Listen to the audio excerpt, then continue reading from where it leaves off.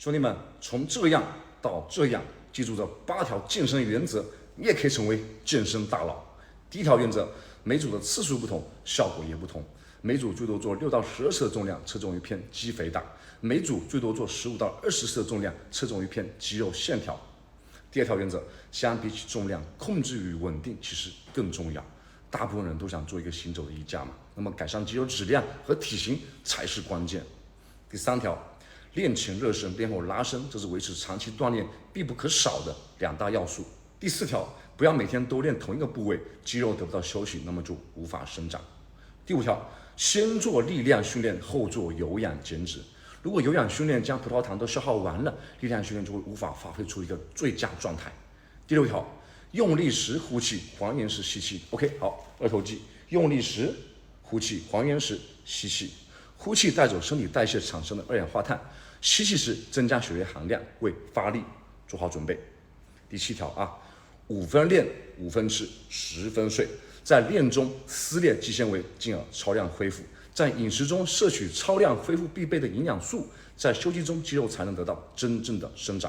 第8条8个字：收腹、收肋、挺胸、沉肩，不要耸肩保证动作准确不受伤，才能冲击更大的重量。好，8条原则你记住了没有？点赞关注。兄弟们，我从这张图到这张图其实只差了一副哑铃。OK， 我来教你们用一副哑铃完成1周的训练计划。礼拜一胸加3头平板卧推，针对整个胸大肌；平板飞鸟更针对胸大肌的内侧；上斜卧推针对上胸的部分更多；俯身哑铃必须伸针对3头肌的外侧头；过头哑铃必须伸针对3头肌的内侧头；周二练肩加腹部，哑铃推肩针对肩的整体；哑铃侧平举针对肩膀的中枢部分；哑铃俯身飞鸟针对肩膀的后束；哑铃负重卷腹针对整个的腹直肌；哑铃俄罗斯转体针对腹外斜肌、前锯肌；周三背加2头单臂划船针对上背部；反手划船针对背后肌的下背部；哑铃弯举针对2头肌的整体；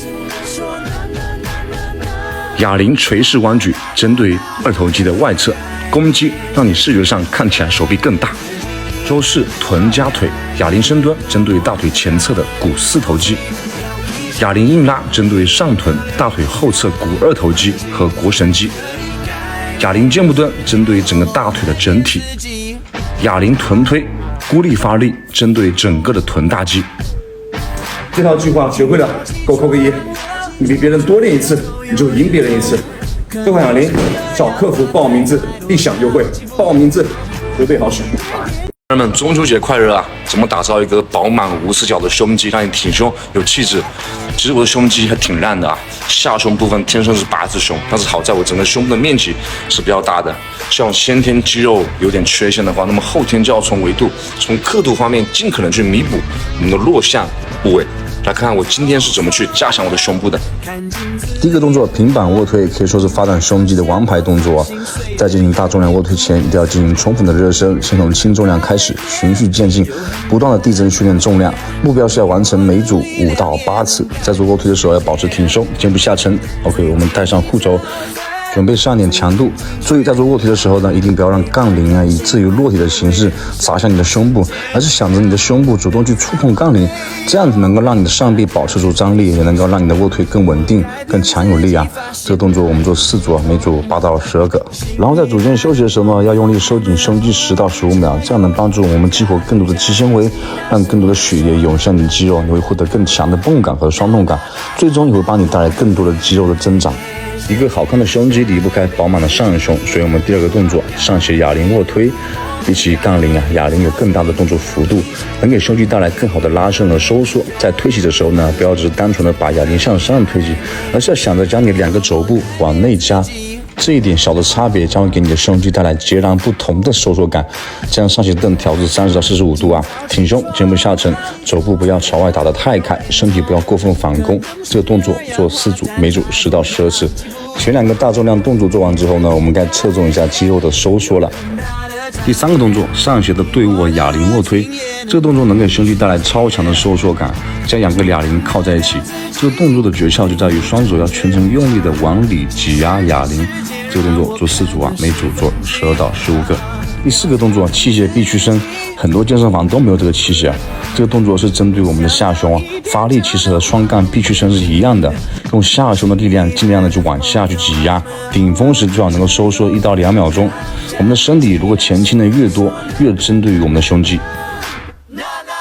第5个动作，绳索夹胸，身体略微前倾，挺胸，核心收紧，肘部保持微弯，注意双手要保持张开，这样可以减小小臂的发力，让胸肌保持更强的张力。将你的肘部和肱二头肌向内夹，顶峰收缩，然后有控制的完成回放。当你无法完成1次夹胸的时候啊，再完成5次的绳索卧推。这样的动作我们完成4组啊，每组15个。下次练胸的时候试试看吧。更多的健身干货会陆续更新，我是聪哥，点赞加关注。今天教你们如何打造猛男倒三角，拥有宽阔的背部，让你脱衣有肉，穿衣有型，做一个行走的衣架。首先，我用引体向上来进行热身，可以练到我们整个的背部，包括斜方肌、大圆肌和背阔肌，能让背部得到充分的激活。我们做5组，每组10次。做完之后，我的背部其实已经得到了预热。接下来正式组训练，第一个动作哑铃划船。首先在动作初始阶段，让我们手臂往前伸直，充分的拉伸我们的背部，通过驱动肘部，一直将哑铃向臀部的位置拉，肘部尽可能的往后拉，这样才能更好的练到我们的下背阔肌，让你的背部看上去更宽阔，营造出倒三角的视觉效果。这个动作不需要太大的重量，重点在于去感受肌肉的拉伸和收缩。这个动作做3组，每组单侧10到12次。第2个动作，绳索的直臂下压。在这里我采用的是2头弯举的握感来做，双手握距比肩宽，身体前倾，在动作顶端将肩膀往下沉，充分的拉伸背部，然后通过驱动肘部将握感拉向我们的下腹的位置。当拉过来的时候，挺髋顶峰收缩，收紧背阔肌。这个动作做3组，每组10到12次。第3个动作，器械的踢杠划船。这个动作能够在不给我们腰部带来压力的同时，很好的训练到我们的背部。如果你腰部有伤，做不了杠铃划船，这是一个很好的替代动作。采用的是宽距，更针对的是我们的上背部。在动作底端将肩膀往前伸，充分的拉伸我们的背部，然后通过驱动肘部往上拉，拉起来是挺胸。注意，在做的时候，双手不要用力的抓握，发力的关键应该是你的肘部。这个动作做4组，每组8到12次，每组不断递增训练重量。第4个动作，宽距的高位下拉。很多人在做下拉的时候呢，会将他们的肘部往后拉，但这样练到更多其实是斜方肌和大圆肌，这样没什么问题。但是如果你想练的是背阔肌，那我们需要将我们的肘部位于体前，然后直直的往下拉。这样的发力点就是在我们的背阔肌，所以那些总说练不宽背的，你应该知道怎么做了吧？在动作顶端充分拉伸背部，然后拉下来的时候顶峰收缩。背部训练的关键在于高容量，同时要做完整的动作幅度，充分的拉伸和收缩。为了盲目的追求重量而牺牲动作幅度，这样对背部发展没什么帮助。这个动作做4组，每组10到12次。颈后高位下拉对你背部的肌肉的刺激是非常棒的，尤其是对那些做颈前类动作找不到感觉的小白来说，颈后下拉你们可以试一试，4组每组12个。如果感觉到肩膀里面不舒服，那么老老实实去做颈前高位下拉就可以了。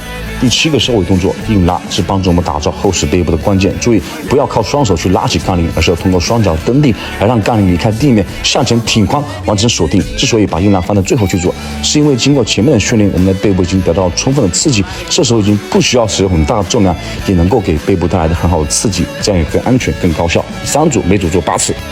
兄弟们，我从左边到右边，我的腹肌体积更大了，刻度更深了。怎么做？以下3点我来教你。第1点，学会腹式呼吸，在腹肌收缩的时候吐气，放松的时候吸气，这样的呼吸可以让腹肌进行更大幅度的收缩运动。第2点，学会挤压腹部，想让腹肌训练更有效，你需要像练2头一样挤压你的腹肌，挤压，好吗？吐气，可以用卷腹之类的运动呢，挤压腹肌3到5秒，建立大脑与腹肌的联系。第3点啊，强化后侧肌群，过弱的后侧练会导致你的骨盆前倾，从而导致腹肌无力。学会硬拉、深蹲这种动作，可以让你的核心更强，腹肌自然而然就有了。我已经把我的核心课程里的7个大板块、21个高效核心动作、3套阶梯式的训练计划梳理好了，零基础易上手，在左下方链接。兄弟姐妹们，给自己的大肚腩游泳圈一个交代，30天还你平躺的小腹，还有腹肌和马甲线。